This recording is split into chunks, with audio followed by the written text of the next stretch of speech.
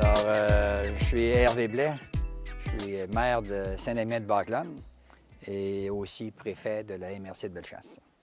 Et la première fois que j'ai entendu parler du projet clinique architecturale, c'est notre agent de développement culturel qui nous en a parlé, qui nous a présenté le projet et qui nous a également fait valoir tous les avantages que nous aurions à adhérer à ce projet-là. Bonjour, Maurice Sénécal. Je suis président de l'accueil Chaudière-Appalaches, maire de Lotbinière et préfet de la MRC du même nom. Les cliniques architecturales de la Chaudière-Appalaches, on est 4 MRC en faire partie. J'en ai entendu parler la première fois par notre agente culturelle, Marie-France Saint-Laurent. C'est elle qui nous a mis au courant du dossier. Et elle nous a demandé si la MRC voulait en faire partie. L'accueil Chaudière-Appalaches, on a investi, je pense, un montant de 83 000 $. Chacune des MRC aussi a investi un montant d'argent pour mettre en valeur son patrimoine, principalement le patrimoine bâti, parce qu'on parle vraiment de ce dossier-là.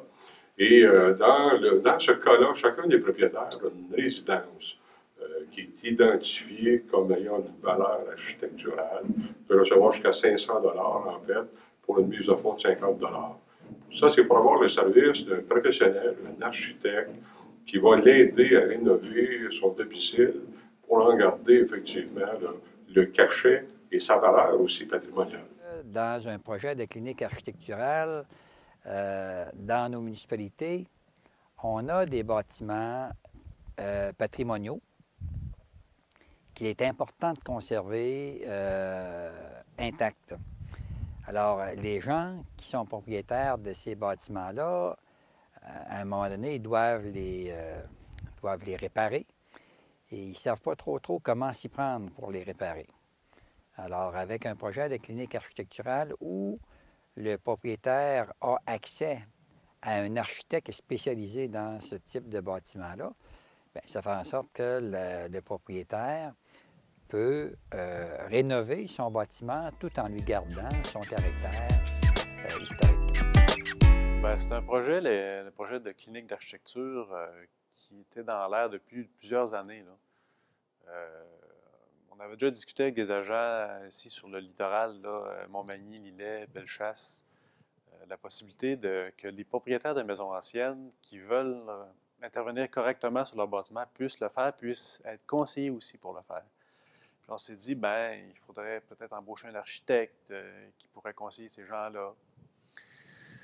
Donc, c'est resté un vœu pieux parce que les sommes, on ne les avait pas pour le faire, puis quelles ressources le feraient, puis comment est-ce qu'on partagerait ça entre territoires. C'est toujours un petit peu plus compliqué quand c'est pas juste ta petite business à toi. Mais l'idée était intéressante, plusieurs agents à ce moment-là étaient prêts à embarquer là-dedans. C'est retombé un peu dans l'oubli. Ça a été ravivé lors d'une rencontre régionale là, des agents du territoire Chaudière-Appalaches, où on a remis ce projet-là sur la table. Ça serait intéressant qu'on puisse se doter d'un outil comme ça pour aider les propriétaires de maisons anciennes. Et là, il y avait à la table 4-5 personnes qui étaient intéressées, 4-5 représentants de la MRC. Puis on a décidé de mettre en fond le projet sur papier, puis de déposer une demande à la Conférence régionale des élus qui pourrait être un partenaire financier là-dedans. La grande opportunité qu'on a eue, c'est via la Conférence régionale des élus avec le Fonds de développement régional. Il y avait un appel de concours, puis moi et Claude, on s'est mis à lire la description de ce fonds-là, puis en disant, un service d'aide à la restauration patrimoniale, ce serait pensable dans les règlements, les modalités de ce fonds-là. Mais il fallait bien sûr vendre l'idée parce que les gens qui siègent à la CRIC, que ce soit des politiciens ou des industriels ou des représentants d'économie de CLD, le côté identitaire, protection du patrimoine, on est peut-être plus dans le nuage, dans le flop-flop, puis de là à dire oui, c'est important, puis oui, on y croit, puis oui, on va mettre des sous là-dedans, c'était pas gagné d'avance. Alors, pour monter le projet, il a fallu d'une part que les agents culturels aillent à chacun de leurs conseils municipaux, conseils des maires de MRC, pour dire seriez-vous prêts à embarquer dans ce projet-là, d'avoir une résolution, de dire oui, c'est d'intérêt sur notre territoire. Et on a été 4 MRC sur l'ensemble de Chaudière-Appalaches à avoir cet aval-là de nos élus. Et par la suite, on a pu déposer la demande à la conférence régionale des élus. Et je ne vous cacherai pas qu'il a fallu y aller en 2 fois parce que le premier tour, ça a été un refus. Il y avait trop d'incompréhension du mandat, de ce que ça amènerait et tout. Et nous, on a dû redéposer un argumentaire. Et c'est là qu'on a eu la chance, nous, on travaillait beaucoup sur nos élus. Claude, dans le temps, sur son préfet, M. Hervé Blais. Et moi, j'avais la chance d'avoir M. Maurice Sénécal, qui est également président à la CRE. Alors, nous, on les a vraiment bien monté le dossier. On leur a expliqué la pertinence de voir dans nos milieux comment c'était pertinent aussi. Et moi, je venais juste de terminer une série de chroniques de caractérisation du patrimoine bâti des 18 municipalités du territoire. C'est un exercice assez fastidieux que j'ai fait. À chaque mois, dans notre mensuel Le Rassembleur, je publiais la caractérisation du patrimoine bâti d'un village donné à partir des données du rôle d'évaluation. Donc, j'étais capable de dire tel pourcentage de maisons date d'avant 1900, tel autre pourcentage entre 1900 et 1950 et tout ça, et sortir des beaux exemples types de chacun des types architecturaux, puis quels sont les grands caractères de ce village-là. Et tout ça a amené une sensibilisation au sein de nos municipalités. Et c'est pour ça que, suite à cette série d'articles-là, nos élus ont dit « Ah ben oui, peut-être que c'est vrai qu'on a du patrimoine plus qu'on pense, parce qu'on avait identifié que près du tiers des résidences du territoire de Lotbinière datent d'avant 1950. Alors, c'est pas peu dire. Et qu'à défaut d'avoir des programmes d'aide pour la restauration, si au moins on était capable d'aider les propriétaires soucieux de préserver le cachet ou de restaurer correctement leur maison pour maintenir ce cachet-là, que ce serait une bonne mesure. Alors, c'est pour ça que le Conseil des maires a dit oui, puis que M. Sénécal, devant toute cette démonstration-là, a été prêt à aller vendre le projet à la conférence régionale des élus.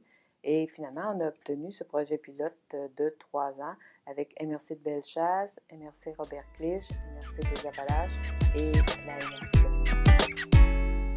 Pour démarrer le projet des cliniques d'architecture, il fallait, oui, avoir du financement, ce qu'on a eu par le biais de la conférence régionale des élus, mais aussi par les MRC, le ministère de la Culture, les propriétaires aussi qui mettent des sous là-dedans. Donc, on connaissait le concept, on voulait que les propriétaires soient conseillés. Il nous manquait maintenant une ressource professionnelle, c'est-à-dire un ou une architecte spécialisé en patrimoine bâti, en mesure de bien répondre, de bien comprendre les besoins des propriétaires et de remettre un rapport aux propriétaires et tout ça pour une somme raisonnable, là, parce qu'on n'avait pas des sommes illimitées non plus. Je dirais que c'est une des difficultés du projet, d'avoir trouvé la ressource qui est prête à faire ce travail-là de façon correcte, avec un produit fini intéressant et pour le montant qu'on était prêt à offrir. Et finalement, ben, c'est Marie-Josée Deschênes, qui est architecte, qui fait aussi partie de la firme Patriarche, qui est une passionnée du patrimoine bâti, qui était prête à prendre ce projet-là. Pas elle seule, mais aussi avec des techniciens, techniciennes, des étudiants qui sortent de l'école, qu'elle embauche, qu'elle initie au patrimoine bâti, tout ça, puis qu'avec tous ces gens-là, ben, elle peut faire ses rencontres terrain, mais aussi travailler à la rédaction des rapports. Ben, les firmes spécialisées en patrimoine bâti, il n'y en a pas tant que ça. Et surtout les firmes qui sont prêtes à travailler ce dossier-là, parce que nous, on offrait, disons-le clairement, 500 $ par clinique à l'architecte. C'est-à-dire 500 $, ça permet à l'architecte d'aller rencontrer la personne, de revenir, de rédiger le rapport ou faire une esquisse selon les besoins de la personne, puis de déposer ça. Il n'y a pas beaucoup de firmes qui étaient prêtes à faire ce travail-là pour ce montant-là. C'est surtout pour ça qu'on a eu cette difficulté-là. Puis c'est un peu une passion, hein, l'idée de vouloir préserver le patrimoine, puis de conseiller, puis tout ça. Donc, c'est pas toutes les firmes qui étaient prêtes à le faire. Je pense que ça prenait une petite boîte, là, puis c'est le cas de Marie-Josée. Et ben, techniquement, c'est comme je viens de le dire, comment ça fonctionne. Le propriétaire dépose une demande au sein de la MRC. Nous, on regarde si c'est recevable, parce que ça prend un bâtiment construit avant 1945. Et une fois que c'est reçu, on envoie ça à l'architecte. L'architecte prend rendez-vous avec le propriétaire, fait une petite rencontre, discute des besoins. C'est un programme qui s'applique seulement à l'extérieur du bâtiment. Et puis, suite à ça, ben, à la rencontre, l'architecte va faire son rapport avec des recommandations, une évaluation sommaire des coûts aussi. Si par exemple, il y a fenêtre à remplacer, toiture, avec une évaluation sommaire, les recommandations qu'elle fait aussi. Et dans certains cas, il y a des personnes qui veulent faire un agrandissement, donc elle va faire une esquisse préliminaire pour voir à quoi ça peut ressembler, avec des couleurs, des fois des choix de couleurs. Donc c'est bien, c'est un produit fini intéressant, puis la très vaste majorité des propriétaires sont bien contents du résultat qu'ils reçoivent. Pour faire connaître le programme, on a fait la promotion. C'est sûr que les gens ne pouvaient pas le deviner, mais je dirais qu'une fois qu'on l'a fait connaître, ne serait-ce que par une conférence de presse puis un petit peu de publicité dans les journaux locaux, rapidement, pour mon territoire en tout cas, j'ai reçu plusieurs demandes et rapidement, la première année, on avait un nombre de cliniques par territoire. Ça a été épuisé. On s'est ralenti un petit peu par la suite, mais il y a quand même une bonne demande pour un projet comme ça. Il faut dire là, que pour le propriétaire, ça coûte 50 $. Puis il y a les recommandations d'un architecte professionnel. Donc, c'est un deal. Là. Maintenant, le projet des cliniques est avancé. Et ce qu'il va falloir faire, on a déjà quand même quelques résultats préliminaires, mais on sait que ça a eu un impact. C'est-à-dire que les personnes qui ont reçu le rapport, qui ont eu des recommandations, en ont tenu compte. La plupart des gens qui nous déposaient une demande de clinique étaient sur le point de faire des travaux. Donc là, ils voulaient s'y déposer à l'automne, c'était pour l'été suivant. Il y avait l'intention d'apporter des modifications à leur bâtiment.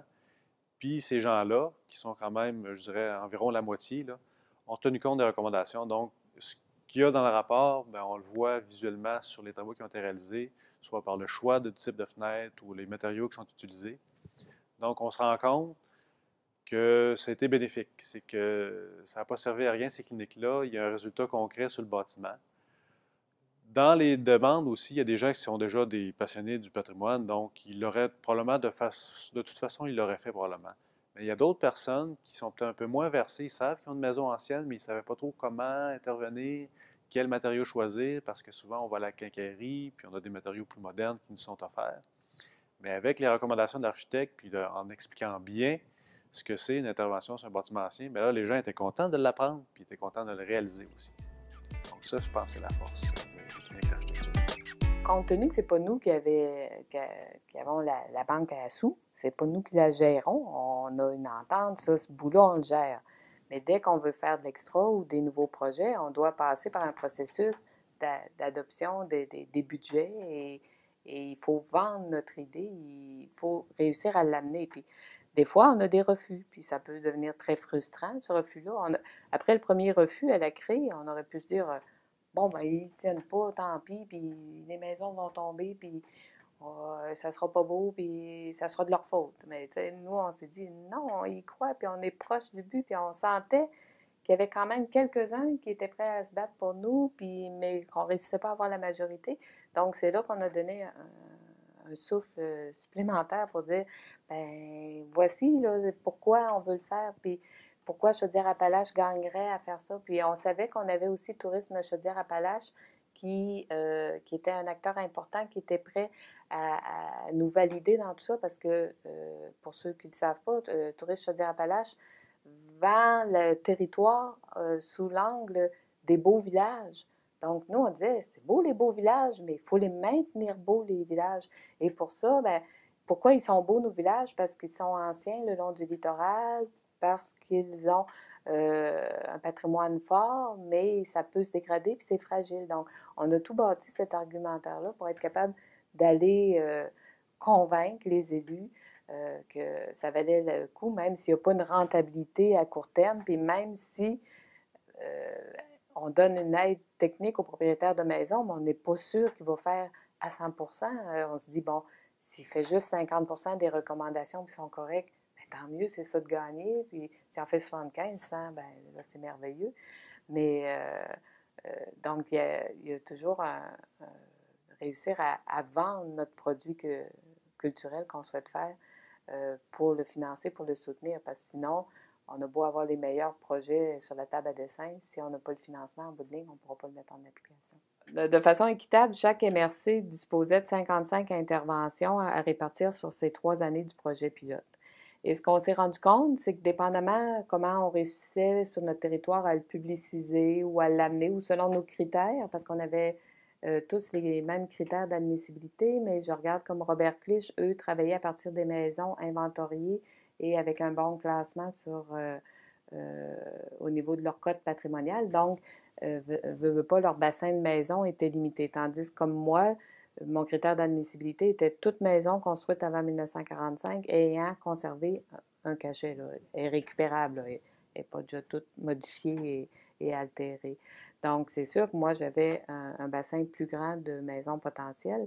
Et certains secteurs, comme les Appalaches, ont eu plus de misère à vendre le service à leurs citoyens. C'est sûr qu'on se questionne à savoir est-ce que c'est faute de promotion, est-ce que c'est parce que la sensibilisation est moins là, est-ce que c'est parce que c'est un territoire plus jeune, les Appalaches étant plus dans l'arrière-pays, donc le peuplement est plus récent, ou est-ce que c'est un contexte socio-économique qui fait que les citoyens là-bas se sentent moins concernés par la restauration patrimoniale qui est nécessairement plus coûteuse, plus onéreuse. Alors tout ça mis dans la balance, ça fait que Lobinière, qui, chez nous, ça a vraiment très bien répondu. Tout d'un coup, mes 55 interventions étaient complétées. Puis là, on s'est dit, qu'est-ce qu'on fait? Est-ce qu'on arrête là ou pas? Et puis, avec le comité, on a convenu que, vu que nous, dans Lobinière, ça y allait, puis on avait encore des demandes, on a pu monter. Et là, à ce jour, j'ai 72 interventions de complétées sur le territoire. C'est vraiment intéressant. Disons qu'au niveau des élus, c'est important de pouvoir conserver ce qu'on a chez nous.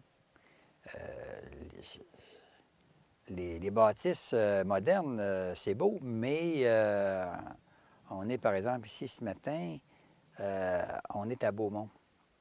Alors, Beaumont, c'est un des villages les plus anciens de la MRC de Bellechasse.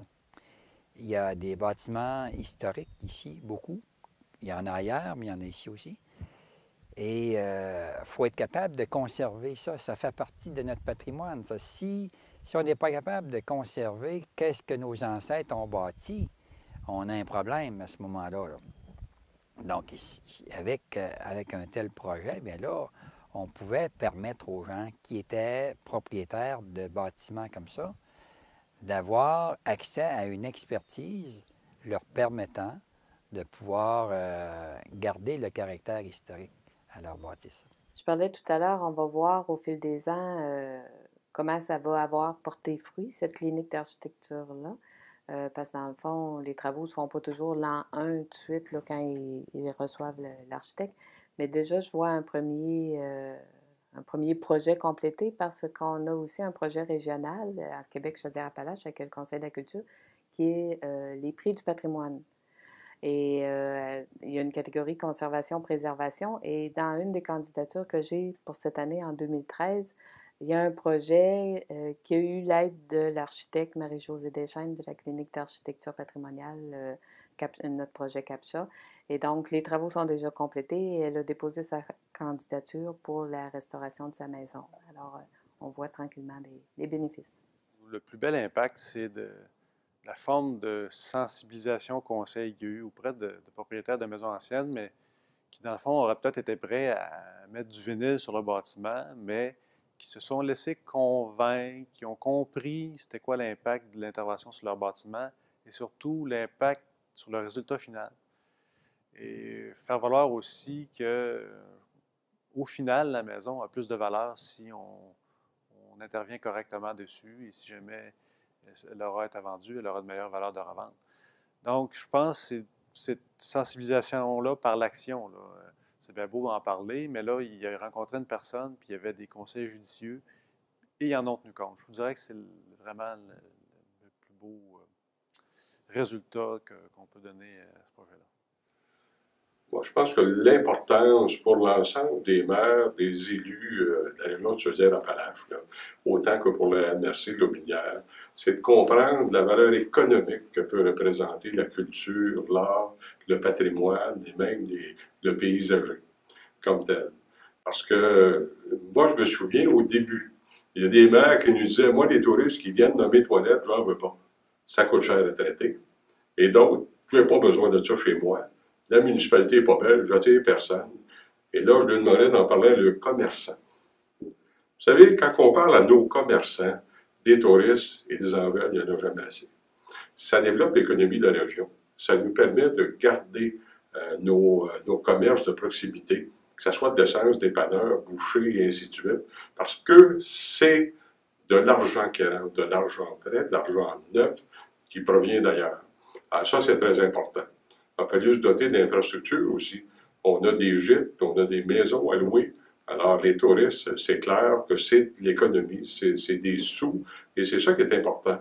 Puis, pour faire valoir, en fait, là, la culture, l'art, mais il faut aider soutenir nos artistes, soutenir les gens qui veulent préserver leur patrimoine, le patrimoine, en fait, de chez nous. Parce que c'est notre mémoire. On court après des souvenirs, des vieilles photos, voir de belles résidences.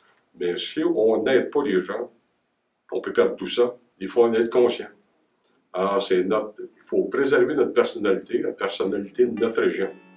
Et c'est payant au niveau économique.